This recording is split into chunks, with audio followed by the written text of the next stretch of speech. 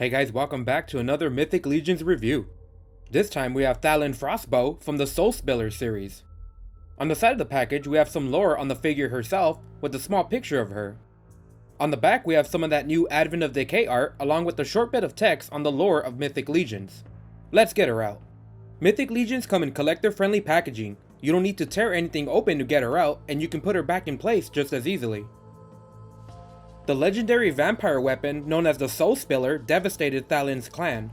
As one of the only survivors, she is now on a mission to alert the rest of the world that the legendary weapon has been retaken. As a member of the Frost Elves, who are deeply isolated in the northern lands, many southern regions have never seen the race and only know of them from stories. Thallyn partnered up with Ragna Stormforger, and their quest to warn the other lands about the weapon has brought Thallyn into parts of Mythoss she has never thought she would see. Let's check out some details. Thallyn's bright blue eyes and red lips stand out from her pale white skin. Her skin is free from wrinkles or any other blemishes, as would be expected of the elf race. On the back of her head we can see her pale blue hair tied into a braid and held together by some blue hair accessories. Here we can see the sculpted elf ear, long and pointy. On the chest we have more of that arctic blue colored armor. The paint here is very well done. The pattern of soft blues and whites blended together gives it a nice effect. We also have some small rivets in the armor painted silver here. On the back we have more of that frosty armor color along with 3 large peg holes. With the cape and shoulder armor we will be adding on later, much of this area will be covered up. The shoulders have more of that plated armor in snow white and a dark blue paint. We have some silver painted details on here along with the dark blue chainmail. On the gauntlets we have a light blue paint with more blue and silver details. The leather belts strapping the gloves closed are painted a light leather that would be used in other areas later on. On the front we have a large frosty blue colored tabard held together by a large white belt with more leather straps. On the side we have large plates of white armor with a dark blue pattern designed down the center.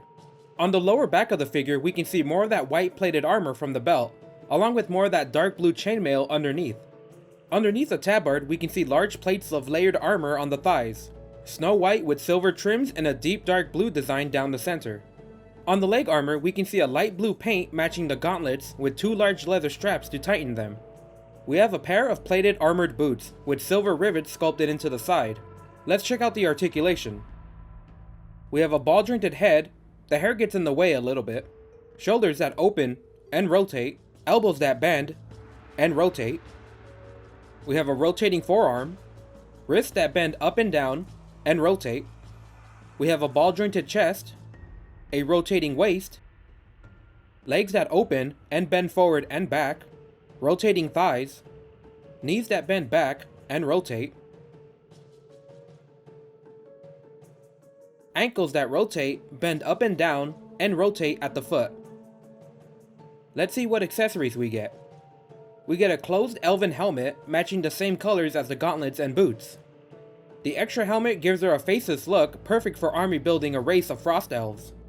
To install the alternate head, you simply pop the old one off and socket the new one into place.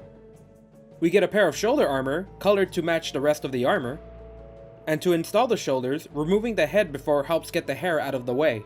You can then simply match the peg with the socket on the back. The shoulder armor can rotate to help with the articulation. We get a nice brown fur cape, with a bit of white snow at the tips of the bottom. The fur cape comes with no peg holes, unlike the other capes that usually do. You can simply drape it over the shoulder and hold it into place with the shoulder armor. I noticed a small circle gap in the cloth, and I believe this would give the cloth the tightest fit on the armor. Socketing the shoulder armor into place holds the cloth very well. After some adjusting, it gives a nice look to the figure.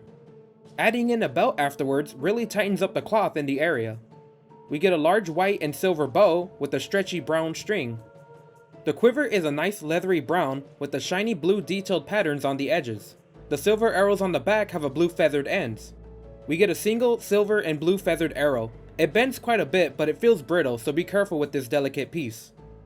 We get a doubled edged battle axe and a pearlescent white with silver details. And we get a very large dwarven style dagger and more of that bright white and silver paint. We get a pair of wing adapters to fit wings onto the figure. And we get a light brown painted belt made to fit smaller 2.0 bodies. Thallyn Frostbow is a great figure from the Soul Spiller line, a very unique looking figure.